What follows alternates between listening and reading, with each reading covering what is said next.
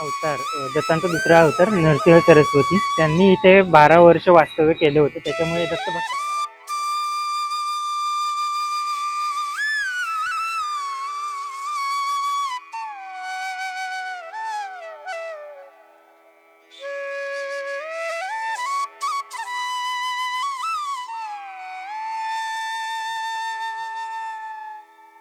नमस्कार मित्रांनो, आत्ता मी आहे नृसिंहवाडी अर्थातच नरसोबाची वाडी.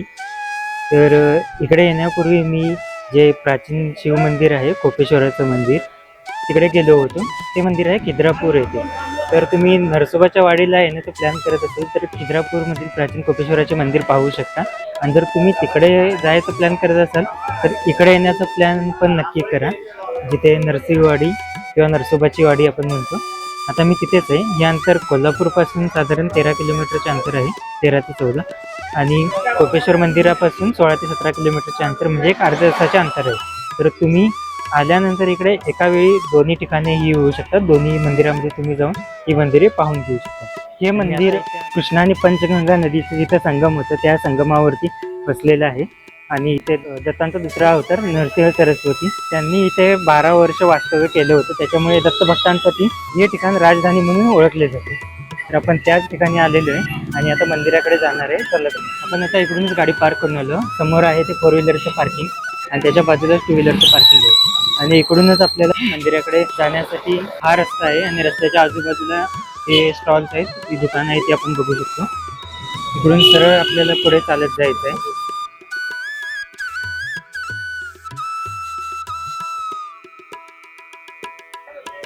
मंदिराकडे जाण्याआधी डाव्या बाजूला आपल्याला हे नृसिंहवाडीचं बस स्टॉप आहे. बसने जर यायचं प्लॅन करत असाल तर तिथे बसने उतरून येऊ शकता, किंवा तुमच्या जर प्रायव्हेट गाड्या घेऊन यायचं असेल तर तुम्ही प्रायव्हेट गाड्या घेऊन येऊ शकता.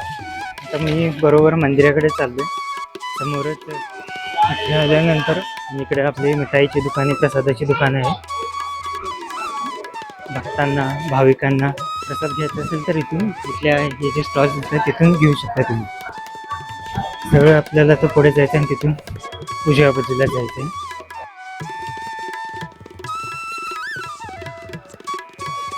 मी आता आहे ते मंदिराची जी कमानी आहे, कमानीच्या बाहेरच्या बाजूला आहे. इथे आपल्याला चप्पल काढायचे आहे.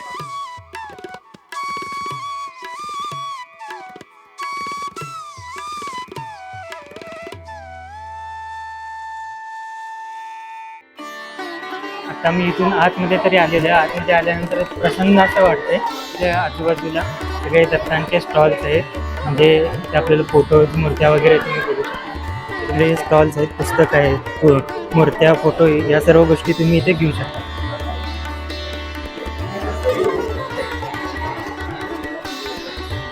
इकडे समोर बघितलं तर देणगी ऑफिस आहे. देणगी ऑफिस नंतर डाव्या बाजूला आपल्याला दत्तांच्या मंदिरामध्ये जायचं आहे, म्हणजे नृसिंह सरस्वती त्या मंदिरामध्ये जायचं आहे.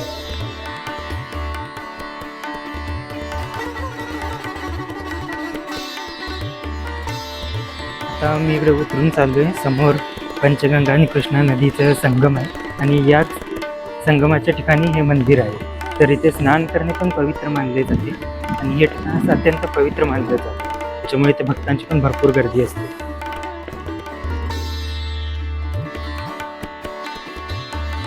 इकडे ही नदी आहे आणि राईट साईडला आपल्या मंदिर आहे. तर आपण नदीमध्ये जाऊन पहिल्यांदा पाय धुवून येऊया आणि त्याच्यानंतरच आपण मंदिराकडे जाऊया.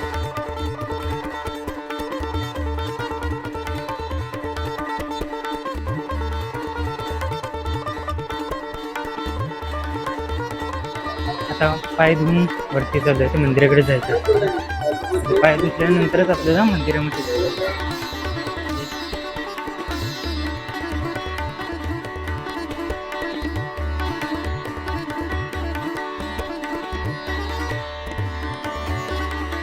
इकडे पाय वगैरे धुवून वरती आल्यानंतर आपल्या डाव्या बाजूला मंदिर आहे. तुम्ही माझ्या पाठीमागे बघू शकता, हा सभा मंडप आहे आणि या बाजूला पण सभा मंडप आहे भला मोठा. इथे बसून तुम्ही नामस्मरण वगैरे करू शकता, जाप करू शकता. आणि हा जो सभा मंडप दिसतोय तिथेच हे मंदिर आहे. तर तिथेच आपण जाणार आहे दर्शन घेण्यासाठी. चला तर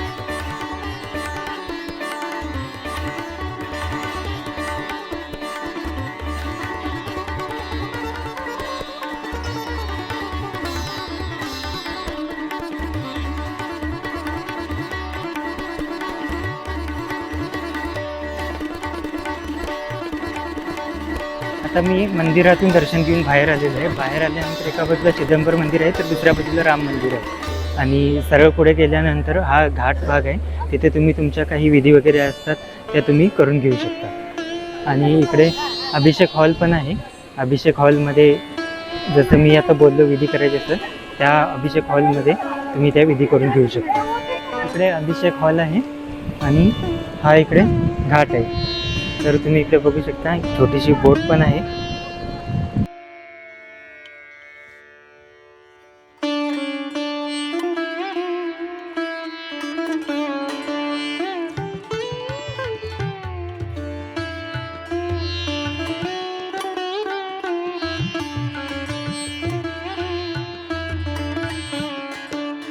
मंदिरामध्ये आल्यानंतर छान असं दर्शन झालेलं आहे. आता मी चाललो आहे ते अन्नछत्राकडे म्हणजे प्रसादालयाकडे.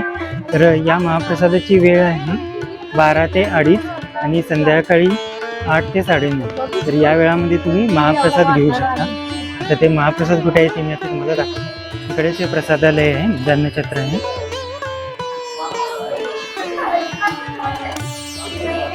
इकडे लोक बसलेले आहेत महाप्रसादासाठी.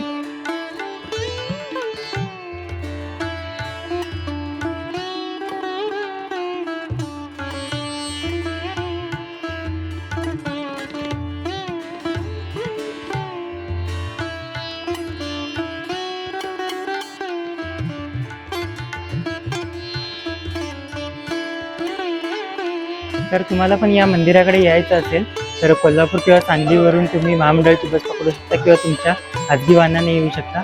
जर तुम्हाला रेल्वेने यायचं असेल तर जयसिंगपूर या रेल्वे स्टेशनवरती उतरून तुम्ही इकडे येऊ शकता.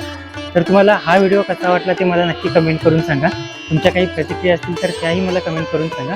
व्हिडिओ आवडला असेल तर व्हिडिओला लाईक करा. चॅनलला सबस्क्राईब केला नसेल तर चॅनलला नक्की सबस्क्राईब करा. चला तर भेटूया पुढच्या व्हिडिओमध्ये. Bye bye.